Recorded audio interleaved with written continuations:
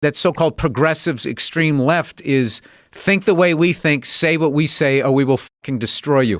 What kind of a fucking idiot white person refers to themselves as woke? You know, if you actually were socially conscious, you'd realize that white people stole that word from black people. Once again, doing the Elvis thing, right? But you know what? I blame black people for that. I'll probably get canceled for doing that joke, you know? How stupid is that cancel thing? They're literally running out of people to cancel. They're going after dead people now. Bill Burr takes down woke Hollywood's hypocritics. Bill Burr isn't holding back when it comes to his critiques of woke Hollywood, from cancel culture to performative virtue signaling. Burr takes a stand for creativity, free speech, and authentic storytelling. We dive into Burr's unfiltered takes on the industry's obsession with forced inclusivity and moral policing. The woke agenda, a facade? Burr calls out what he sees as a facade in Hollywood's woke agenda. He argues that the movement often prioritizes appearances over genuine commitment to change.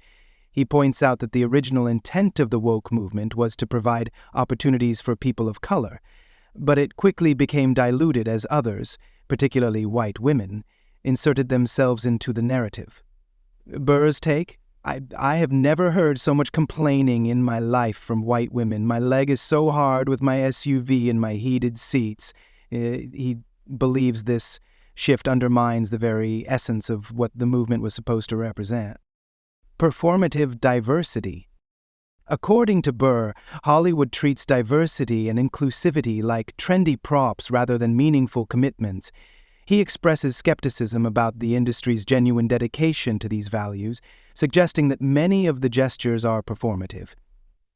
The way white women somehow hijack the woke movement, generals around the world should be analyzing this.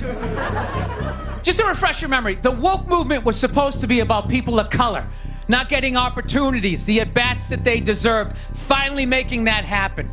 And it was about that for about 8 seconds. And then somehow, white women swung their Gucci-booted feet over the fence of oppression and stuck themselves at the front of the line. I don't know how they did it. I've never heard so much complaining in my life from white women. My life is so hard with my SUV and my heated seats. You have no idea what it's like to be me. Trash and white guys. The nerve. Where's the camera? The nerve of you white women.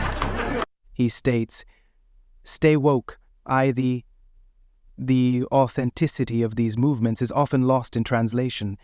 This performative nature," Burr argues, stifles genuine creativity and artistic expression. Cancel culture, a desperate sport. Burr's take on cancel culture is equally scathing. He argues that Hollywood's desperation to cancel someone has led to digging up decades-old interviews and quotes. He finds it absurd that public figures can be targeted for comments made long ago, especially when they cannot defend themselves. He cites John Wayne as an example, stating, "It was this kind of hilarious moment like last year where they started to try and cancel like dead people." Burr sees this as a symptom of a culture that has gone too far, calling it canceling for sport, not principle. It's just going too far. And this thing where you have a difference of an opinion now, and they're just going to, take your job away. I ran into this shit, when the Me Too stuff first started coming out, people would try to you had to tweet the right thing, and if you said anything sort of, let's look at the evidence, God forbid you said that, it just became like this whole, you're part of the problem, and then they would try to take you down. The principle of redemption. In Burr's world, no one is safe from the so-called cancel hammer. He shares that he has seen friends and fellow comedians have their careers impacted severely by the mob, often for things they've owned up to or apologized for. Burr argues that if someone shows genuine remorse, they should be allowed to move on. He believes that the idea of permanently exiling people for past mistakes contradicts the principle of redemption. The strangulation of creativity. Burr's criticism extends beyond cancel culture to the broader woke agenda, which he believes is creeping into artistic spaces. He doesn't mind the push for diversity. Rather, he's concerned about how Hollywood's endless virtue signaling is starting to feel like a checklist instead of real creative choices. He laments, is that what real art looks like? Burr emphasizes that storytelling should feel organic, not forced, and that real art should come from an honest place rather than from a... You did is your punishment. Your parents do that. Right. Yeah. You know what I mean? How bad was what you did? Yeah. Yeah. That's all. That's what that sounded like. Exactly. And we live in a world now where I have to be measured in the way that I say that what he said, affected me, how I heard it, and then I was like, this is just a typical bald white male. Yep. And they go in that route. It's like you literally sound like what the you're against, and it's not gonna last. And I feel like it's like the end of the winter, and people want to go outside and get some sun on their face, and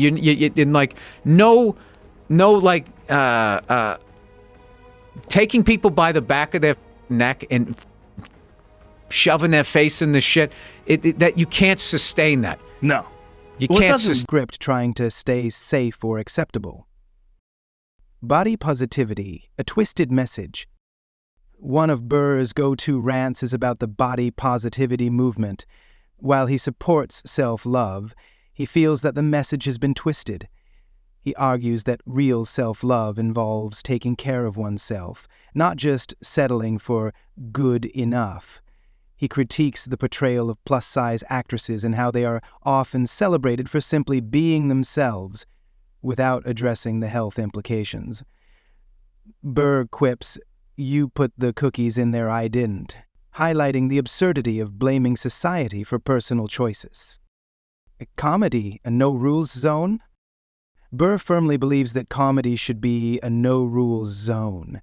He argues that jokes, no matter how edgy, should provoke thought and feelings, even if they make some uncomfortable.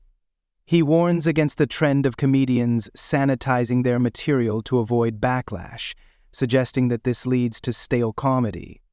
Burr argues, if you're not making people laugh and think, then what's the point? He sees humor as a platform for free expression, reminding audiences that a joke's purpose is to entertain, not to offend. The importance of open communication. Burr advocates for open communication, stressing that real progress happens when different viewpoints are respected. He argues that canceling someone for a mistake doesn't foster growth. Instead, it stifles dialogue. Burr concludes that the moral gatekeepers of Hollywood should allow people to speak freely, let comedians joke, and let audiences decide what resonates with them. Conclusion. Keeping it real. Bill Burr's critiques of woke Hollywood aren't just criticisms, they're a call for authenticity in storytelling and comedy.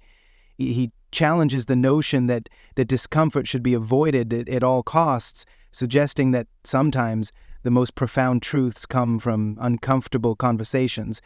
Whether you agree with him or not, why his creed of his voice serves as a reminder that creativity and free speech should not be confined by the rules of political correctness. His message is clear. Let comedians express themselves, and let audiences engage with the content on their own terms. What do you think about Burr's take on Hollywood's woke culture? Let us know in the comments below. Made with Videotelog.